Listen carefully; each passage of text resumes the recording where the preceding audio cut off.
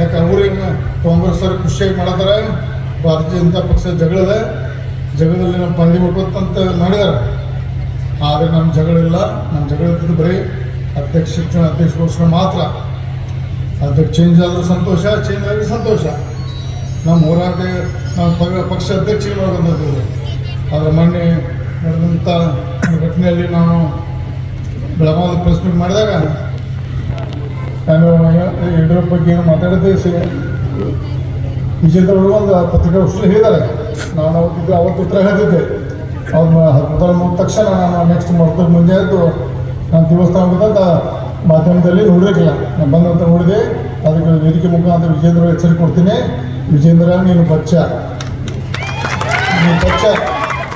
ನೀನು ಯೋಗ್ಯಿಲ್ಲ, ರಾಜ್ಯಾಧ್ಯಕ್ಷ ಆಗಿ ಯೋಗ್ಯಿಲ್ಲ. ಇವತ್ತು ಯಡಿಯೂರಪ್ಪ ನಮ್ಮ ನಾಯಕ, ಅದ್ರ ಬಗ್ಗೆ ಎರಡು ಮಾತಿಲ್ಲ. ಯಡಿಯೂರಪ್ಪ ಬಗ್ಗೆ ಯಾವಾಗಲೂ ಎಚ್ಚರಿಕೆಯಲ್ಲಿ ಮಾತಾಡ್ತೀನಿ ನಾನು. ಯಡಿಯೂರಪ್ಪ ಬಗ್ಗೆ ಯಾವಾಗ ಅವರು ಅಗೌರವಾಗಿ ಮಾತಾಡಿಲ್ಲ. ಯಡಿಯೂರಪ್ಪನವರು ಯಾವಾಗ ನಮ್ಮ ನಾಯಕರು. ಅವ್ರ ಬಗ್ಗೆ ಅತಿಯಾದ ನಮ್ಮ ಭಾರತೀಯ ಜನತಾ ಪಕ್ಷ ಪ್ರೀತಿ ಇದೆ. ಅವ್ರ ಬಗ್ಗೆ ನಾವು ಕೆಟ್ಟ ಮಾತಾಡಲ್ಲ. ಅದನ್ನು ಸುಳ್ಳು ಹೇಳಿ ರಾಜ್ಯದ ತಪ್ಪು ಮಾಹಿತಿ ಕೊಟ್ಟು ಅದನ್ನು ಫೈದೆ ಮಾಡ್ಕೊಂಡಿದ್ದು ಸಾಧ್ಯ ಇಲ್ಲ. ಒಂದು ಮಾತಿಗೆ ನಾವು ರಮೇಶ್ ಜಾರಕಿಹೊಳಿ ಎಚ್ಚರಿಕೆ ಮಾತಾಡಿ, ನಾನು ರಾಜ್ಯದಲ್ಲಿ ಎಲ್ಲೇ ನೀವು ತಿರುಗಾಡೋದು ಕಷ್ಟ ಆಗ್ತದೆ. ನಾನು ಆಯ್ತಪ್ಪ ವಿಜೇಂದ್ರ, ನಾನು ಶಿಕಾರ್ಪುರಲ್ಲೇ ಬರ್ತೀನಿ, ಡೇಟ್ ನೀ ಫಿಕ್ಸ್ ಮಾಡು. ನೀ ಯಾವಾಗ ಬಾ ಅಂತ ಶಿಕಾರ್ಪುರ ಸ್ಟಾರ್ಟ್ ಮಾಡ್ತೀನಿ. ಶಿಕಾರ್ಪುರದಾಗ ಅವನು ವಿಜೇಂದ್ರ ಮಣಿ ಮುಂದೆ ಪ್ರವಾಸ ಮಾಡಿದನು. ಇನ್ನು ಅನ್ಯಾಯ ಗಂಟೆ ನೋಡೋಣ. ನಾನು ಅದಕ್ಕೆ ನೀನು ಸವಾಲು ಸ್ವೀಕಾರ ಮಾಡಿದ್ದೇನೆ. ಯಾವಾಗ ಹೇಳು, ನೀನೇ ಡೇಟ್ ಫಿಕ್ಸ್ ಮಾಡು. ನಾನು ಶಿಕಾರ್ಪುರದಿಂದ ಪ್ರಾರಂಭ ಮಾಡಿದೆನು ನನ್ನ ಪ್ರವಾಸ. ಮತ್ತು ನಾನು ಪೊಲೀಸರು ತರೋದಿಲ್ಲ, ಗಣ್ಮ್ಯಾನ್ ತರೋದಿಲ್ಲ, ಯಾರ ಮಂದಿ ಒಬ್ಬ ಬರ್ತಾನೆ. ಎಲ್ಲಿ ನಿನ್ನ ಎಚ್ಚರಿಕೆ ನಿನ್ನೆ ಬೇಕಾದ್ರೆ ಮೂಲೆ ಮೇಲೆ ಅಡ್ಡಾಡಕ್ಕೆ ಕೊಡೋದಂತ ಸಿಗ್ತಾನೆ ಕಡೆ ಇದೆ. ನಿನಗೆ ಬೇಕಾದ್ರೆ ನಿನ್ಗೆಲ್ಲಿ ಬೇಕಾದ್ರೆ ನಿನ್ನ ಹೆದರಿಸುವಂಥ ಶಕ್ತಿ ದೇವ್ರನ್ನ ಕೊಟ್ಟ. ಆದರೆ ಅದನ್ನು ಮಾಡೋದಿಲ್ಲ. ನಿನ್ನಂಥ ಕೀಳು ಮಟ್ಟದ ರಾಜಕಾರಣ ಅಲ್ಲ. ಇವಾಗ ರಾಜ್ಯ ಅಧ್ಯಕ್ಷತೆ ವೈಯಕ್ತಿಕ ವಿಜೇಂದ್ರನ ಕಟ್ಟಿರ್ಬೋದು. ಆ ಪಕ್ಷ ಅಧ್ಯಕ್ಷ ನಿನಗೆ ಗೌರವ ಇಲ್ಲ. ವಿಜೇಂದ್ರ ಬಗ್ಗೆ ನಂಗೆ ಗೌರವ ಇಲ್ಲ, ಪಕ್ಷ ಅಧ್ಯಕ್ಷ ಬಗ್ಗೆ ಗೌರವ ಇದೆ. ದಯವಿಟ್ಟು ಪಕ್ಷದ ಚೌಕಟ್ಟಿನ ಮೇಲೆ ಇದ್ದೇನೆ. ಯಡಿಯೂರಪ್ಪ ಬಗ್ಗೆ ನಾನು ಕೇಳ್ಕೊಳ್ಳದೆ. ಯಡಿಯೂರಪ್ಪ ಇವತ್ತು ನಾನು ಮನವಿ ಮಾಡ್ಕೊತೀನಿ. ಯಡಿಯೂರಪ್ಪನವರೇ ಇವತ್ತು ನಮ್ಮ ನಾಯಕರು. ಆದರೆ ವಿಜೇಂದ್ರ ಪಂಡಿತ್ ಹಾಳಾಗತ್ರಿ. ವಿಜೇಂದ್ರ ಇನ್ನೂ ಕೆಳಮಟ್ಟ ಹೋಗ್ತದೆ. ದಯವಿಟ್ಟು ನಿಮ್ಮ ವಿಫಲವಾದಂಥ ಅಧ್ಯಕ್ಷ ಬಿಟ್ಟು ಒಳ್ಳೆಯ ಅಧ್ಯಕ್ಷ ಮಾಡಲಿಕ್ಕೆ ಸರ್ಕಾರ ಕೊಡಿ. ಭಾರತೀಯ ಜನತಾ ಪಕ್ಷ ಮುಂದಿನ ದಿನದಲ್ಲಿ 130 ಸೀಟ್ ತರೋಣ. ಒಳ್ಳೆಯ ಮುಖ್ಯಮಂತ್ರಿ ಮಾಡಿ ನಾವು ರಾಜ್ಯದ ಅಭಿವೃದ್ಧಿಗೆ, ವಿಶೇಷವಾಗಿ ನೀರಾವರಿಗೆ, ವಿಶೇಷವಾಗಿ ಮಹಿಳಾ ಅವರ ಧರ್ಮಪತ್ನಿ ಎಲೆಕ್ಷನ್ ಇದ್ದಾಗ ಸತ್ಯಜೀವಿ 10 ಸಾವಿರ ಇಳಿದಾಗ ಎಲ್ಲರೂ ಪಾಪ ಸುರೇಶ್ ಅಂಗಡಿ ಮನೆಯಲ್ಲಿ ಒಂದು ಕರಾಳ ಚಾಯ್ ನಾವು ಸೋತೋತೆ. ಎಣಸು ಬರೀ ಗೋಕಾಕ್ ಭಾಗ ಇತ್ತು. ಆವಾಗ ಇದೇ ಭಾಗ 10,000 ಮುಟ್ಟಿಸಿ 3,000 ಗೆದ್ದಿಸ್ತು. ಎರಡನೇ ಬಾರಿ ಬರೀ ರಮೇಶ್ ಜಾರಕಿಹೊಳಿ ಎಲ್ಲ ರಮೇಶ್ ಜಾರಕಿಹೊಳಿ ಹೇಳಿದಂಥ ಜನತೆಗೆ ಹೋರಾಟ ಜನ ಈ ಭಯದ ಅಭಾವದಿಂದ ಜನ ಬಹಳಷ್ಟು ಕಠಿಣ ಇಳಿಸ್ಕೊಂಡು ಗಟ್ಟಿಯಾಗಿ ನಮ್ಮ ಪರವಾಗಿ ನಿಂತಿದ್ರು. ಆದರೆ ಇತ್ತೀಚಿನ ದಿನ ಬಂದಾಗ ಗೋಕಾಕದ ಈಗ ನಾವು ಹೇಳ ಕಾಗಲ್ ಅವರು ಹಾಸ್ಪಿಟಲನ್ನು ದೊಡ್ಡ ಪ್ರಮಾಣ ಬೆಳೆಸಿದ್ದು ಅದೇ ನಮ್ಮ ಮೂಲಾಗಿದೆ. ಗೋಕಾಕ್ ಆಸ್ಪತ್ರೆ ಮೇಲ್ದರ್ಜೆಗೆ ತಂದು ಇವತ್ತು ಬರೋ ಸೇವೆ ಮಾಡೋದಕ್ಕೆ ಅದೇ ನಮಗೆ ಮೂಲಾಗಿದೆ. ಯಾಕೆ ಮೂಲಾಗೈತೆ ಅಂದ್ರಪ್ಪ, ಅದೇ ಡಾಕ್ಟರ್ ಟೀಮ್ ಪ್ರತಿ ಬಾರಿ ಅಂಕಲ್ಗೆ ವಿಶೇಷ ಅಂಕಲ್ಗೆ ಅತ್ಯಂತ ಬರ್ತಾರೆ, ನಿಮ್ಮ ಸಂಬಂಧಿಕರು ಬರ್ತಾರೆ. ನಾನು ಮುಂದಿನ ಬಾರಿ ಸಲ ಹೇಳಿದೆ, ನಾವು ವಿಶೇಷವಾಗಿ ವೀರಶೈವ ಸಮಾಜ ಮುಖಂಡರಿಗೆ ಮುಂದಿನ ಬಾರಿ ದಯವಿಟ್ಟು ಇಲೆಕ್ಷನ್ ಟೈಮ್ದಲ್ಲಿ ನೀವು ಒಂದು ಬೋರ್ಡ್ ಹಾಕಬೇಕಾಗ್ತದೆ. ಇಲೆಕ್ಷನ್ ಟೈಮ್ದಲ್ಲಿ ಯಾರು ಸಂಬಂಧಿಕ ಬರ್ಬೇಡಪ್ಪ ದಯವಿಟ್ಟು ಅದು ಹಾಕುವಂಥ ಸಂದರ್ಭ ಬರ್ತದೆ. ಯಾಕಪ್ಪ ಅಂದ್ರೆ ಬರೀ ಇಲೆಕ್ಷನ್ನಾಗೆ ಬರ್ತಾರೆ ಸಂಬಂಧಿಕ 5 ಪತ್ತಿನವರು. ಅದಕ್ಕೆ ದಯವಿಟ್ಟು ಮುಂದಿನ ದಿನದಲ್ಲಿ ಯಾಕಪ್ಪ ನಮ್ಮ ಈಗ ಗೋಕಾಕದ ಡಾಕ್ಟರ್ಗಳು ದೊಡ್ಡ ಮಿಷನ್ ತಂದವರು ಕೋಟಿ ಕೊಟ್ಟು. ಅದೇ ಥರ ಗೋಕಾಕ ಸಾರ್ವಜನಿಕ ಆಸ್ಪತ್ರೆ, ಸರ್ಕಾರ ಆಸ್ಪತ್ರೆಯಲ್ಲಿ ಅದೇ ಥರ ನಮ್ಮ ಕೇಳಿ ನೋಡಿದಂಗೆ ನಮ್ಮ ಗೋಕಾಕ ಆಸ್ಪತ್ರೆ ಸಿಗ್ತೈತೆ ನೋಡೋಕೆ. ಕೇಳಿ ಒಂದು ಫಸ್ಟ್ ಕಂಡೀಷನ್ ನಾವು ಗೋಕಾಕ ಹಾಸ್ಪಿಟಲ್ ಬರೋದಾದ್ರೆ ಫಸ್ಟ್ ಡಾಕ್ಟರ್ ಹೇಳ್ತೀವಿ ನಾವು. ನೀವು ಪ್ರೈವೇಟ್ ಖಾಸಗಿ ನೀವು ಬೇರೆ ಕಡೆ ನಡೆಯೋದು ಅದು ಶ್ವಾಸ ಕಂಟ್ರೋಲ್ದು ಗೊತ್ತಿಲ್ಲ. ಅದೆಲ್ಲ ಮಾಡಿ ಇವತ್ತು ಗೋಕಾಕ್ ಆಸ್ಪತ್ರೆ ನಂಬರ್ 1 ಪೇಜ್ ಇದೆ.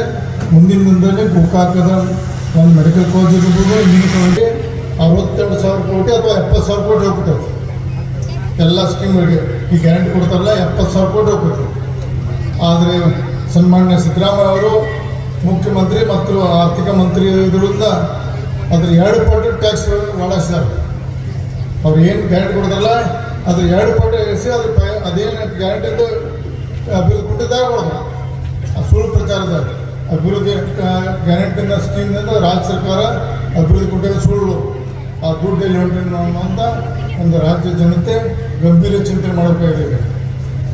ಯಾಕಂದರೆ ಗ್ಯಾರಂಟಿ ಸ್ಕೀಮ್ ಡಬಲ್ ಟ್ಯಾಕ್ಸ್ 2 ವರ್ಷ ಡಬಲ್ ಟ್ಯಾಕ್ಸ್ ಸರ್. ಮತ್ತು 3ನೇ ಬಜೆಟ್ ನಾಳೆ ಬಂತು ಫೆಬ್ರವರಿ. ಮತ್ತು ಅವ್ರಿಗೆ ಟ್ಯಾಕ್ಸ್ ಅಂತ ಗೊತ್ತಿಲ್ಲ. ಯಾಕೆ ಸುಳ್ಳು ಹೇಳಿದವರು ಆ ರೊಕ್ಕ ಎಲ್ಲಿ ಹೊಂಟೈತೆ. ಭಾರತದ ಕಾಂಗ್ರೆಸ್ ಪಕ್ಷ ATM ಆಗಿ ಪರಿವರ್ತನೆ ಆಗಿದೆ. ಕಾಂಗ್ರೆಸ್ ಪಕ್ಷದ ATM ಆಗಿ ರಾಜ್ಯ ಸರ್ಕಾರದ ಖಜಾನೆ ATM ಆಗಿ ಪರಿವರ್ತನೆ ಆಗಿದೆ.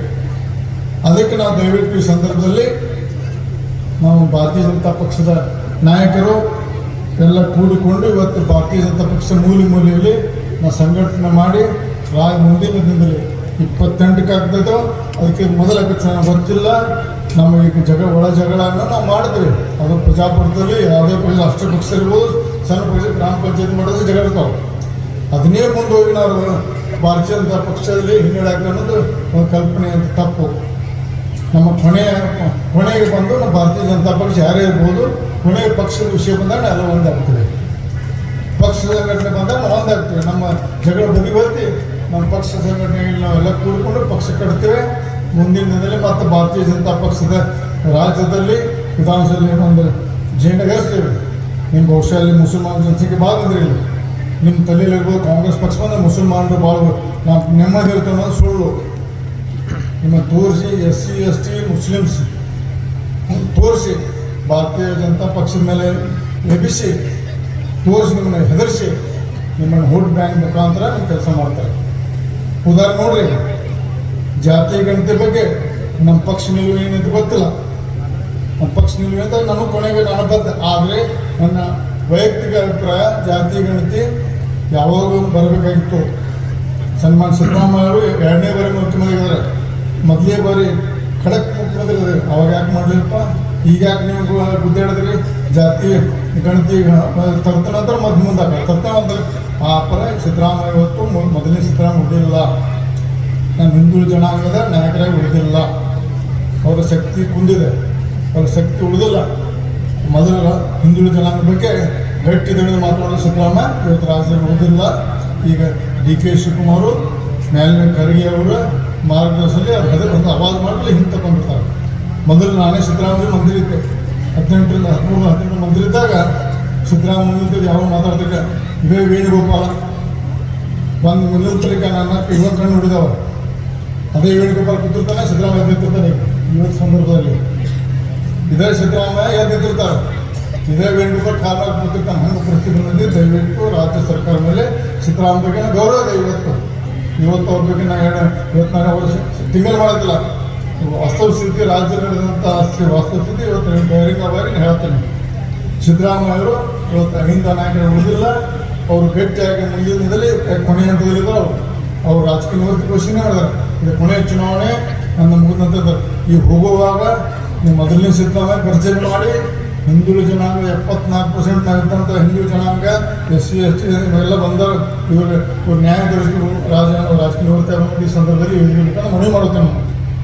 ಯಾಕೆ ಈ ಸಂದರ್ಭದಲ್ಲಿ ನಾವು ಹೇಳ್ತೇವೆ, ಭಾಳಷ್ಟು ಸಮಸ್ಯೆ ರಾಜ್ಯದಲ್ಲಿ ಭಾಳ ಸಮಸ್ಯೆ ಆಗಿದ್ದಾವೆ. ನಮ್ಮ ಪಕ್ಷದ ಆಂತರಿಕ ಸಮಸ್ಯೆನ ಸರಿಪಡಿಸ್ಕೊತೀವಿ. ಭೇಟಿಯಾಗಿದ್ದಾದ್ರೆ ನಿಮ್ಮ ಪಕ್ಷದ ನಾವು ವಿಚಾರ ಹೇಳ್ಬೋದು. ನಮ್ಮ ಸಿದ್ದರಾಮಯ್ಯ ಅವರು ರಾಜ್ಯದ ಮುಖ್ಯಮಂತ್ರಿ, ಅವರು ಕಾಂಗ್ರೆಸ್ ಪಕ್ಷದ ಮುಖ್ಯಮಂತ್ರಿ ಅಲ್ಲ, ಅವರು ರಾಜ್ಯದ ಮುಖ್ಯಮಂತ್ರಿ, ಎಲ್ಲ ಪಕ್ಷದ ಮುಖ್ಯಮಂತ್ರಿ, ಅವರು ಎಲ್ಲರೂ ಸಮರ್ಪಣ ಮುಖ್ಯಮಂತ್ರಿ. ಅವರು ಅವ್ರ ಪಕ್ಷ ವೇದಿಕೆಯಲ್ಲಿ ಕಾಂಗ್ರೆಸ್ ಮಾಡ್ಕೊಳ್ಳಿ, ನಮ್ಮ ವೇದಿಕೆಲ್ಲ ಮಾಡ್ಬೋದು. ಆದರೆ ರಾಜ್ಯದ ಮುಖ್ಯಮಂತ್ರಿ ಇವತ್ತು ರಾಜ್ಯ ಜನತೆ ಹಿತದೃಷ್ಟ ನಿರ್ಣಯ ತಗೋಬೇಕಂತ ಮನವಿ ಮಾಡ್ಕೋತೇವೆ. ಹಿಂದೆ ನಾಯಕರಾಗಿ ನೀವು ನಿವೃತ್ತಿ ಆಗಬೇಕು. ಮೊದಲನೇ ಸಿದ್ದರಾಮಯ್ಯ ಗರ್ಜನೆ ಮಾಡಬೇಕು. ಇವತ್ತು ಒಬ್ಬ ಸಾಮಾನ್ಯ ಕನಕಪುರದನ್ನು ಅವರು 272 ಗ್ರಾಮೀಣ ಕ್ಷೇತ್ರ ಬೆಂಗಳೂರು ಆ ಮನುಷ್ಯನ ಗರ್ಜನೆ ಮಾಡಿ ಹೆದರ್ತೀರಿ ನೀವು ರಾಜ್ಯದ ಮೂಲೆ ಅಂತ ನಿಮ್ಮ ಹಿಂಬಾಲಕರಿದ್ದಾರೆ. ಹಿಂದೂ ಜನಾಂಗ ಎಲ್ಲ ಪಕ್ಷಾತೀತವಾಗಿ ನಿಮ್ಗೆ ಸಪೋರ್ಟ್ ಮಾಡ್ತಾರೆ. ಪಕ್ಷ ಬಂದಾಗ ನಿಮ್ಮ ವೈಯಕ್ತಿಕ ಬಂದಾಗ ಅದಕ್ಕೆ ದಯವಿಟ್ಟು ಸಿದ್ದರಾಮಯ್ಯವರೇ ಇವತ್ತು SC ST ಮುಸಲ್ಮಾನರ ಮೋಸ ಮಾಡೋದ್ರಲ್ಲಿ ನೀವು ಮೊದಲೇ ಸಿದ್ದರಾಮಯ್ಯಗೆ ಅವರು ಒಳ್ಳೆ ರೀತಿಯ ಮಾಡಬೇಕಂತ ಮನವಿ ಮಾಡ್ಕೋದ್ರೆ ಅದು ಪಾರ್ಟಿ ಇರಲಿ. ಮುಂದಿನ ಭಾಗದಲ್ಲಿ ಈಗ ನಾವು ತಾಲೂಕ್ ಪಂಚಾಯತ್ ಜಿಲ್ಲಾ ಪಂಚಾಯತ್ ಯಾವ ಏಪ್ರಿಲ್ ಮೇ ಬರ್ತೈತೆ ಹೇಳ್ತಾರೆ, ಬಟ್ ಎಷ್ಟು ಗೊತ್ತಿಲ್ಲ.